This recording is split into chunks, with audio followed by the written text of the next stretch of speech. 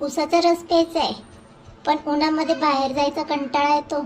तर मग आज मी तुमच्यासोबत अशी एक घरगुती रेसिपी शेअर करणार आहे ना, तर याची टेस्ट ना अगदी उसाच्या रसाप्रमाणे आहे. तर करायचं काय, इथे मी गोंद कतिरा घेतलेले आहेत, साधारण 2-3 खडे. आपल्याला हे पाण्यामध्ये भिजवून रात्रभर असेच ठेवायचे. भिजल्यानंतर हे असे फुलून येतात, मस्त असे क्रिस्टलाइज झालेले आहेत. आता काय करायचं आहे, मिक्सरचं भांडं घ्यायचं आहे. यामध्ये पुदिन्याची पाने घ्यायची आहेत आणि आल्याचे तुकडे घालून घेतलेले आहेत आणि यामध्येच आपल्याला थोडीशी मिरची घालून घेते. मिरची तुम्ही स्किप करू शकता.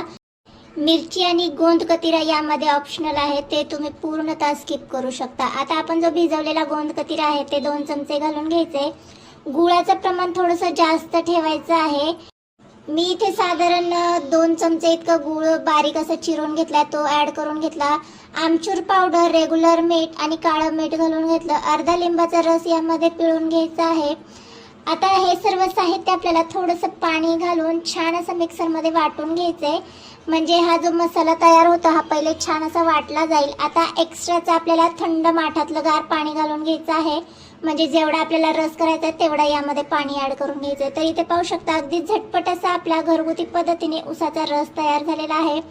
आवडीनुसार गार्निशिंग करून घ्यायचं आहे. मी आईस क्यूब आणि सब्जा सीड्स अगोदरच भिजत ठेवले होते, ते यामध्ये ॲड करून घेतले आणि थंड थंड असा आपला उसाचा रस इथे आपल्याला सर्व करून घ्यायचा आहे.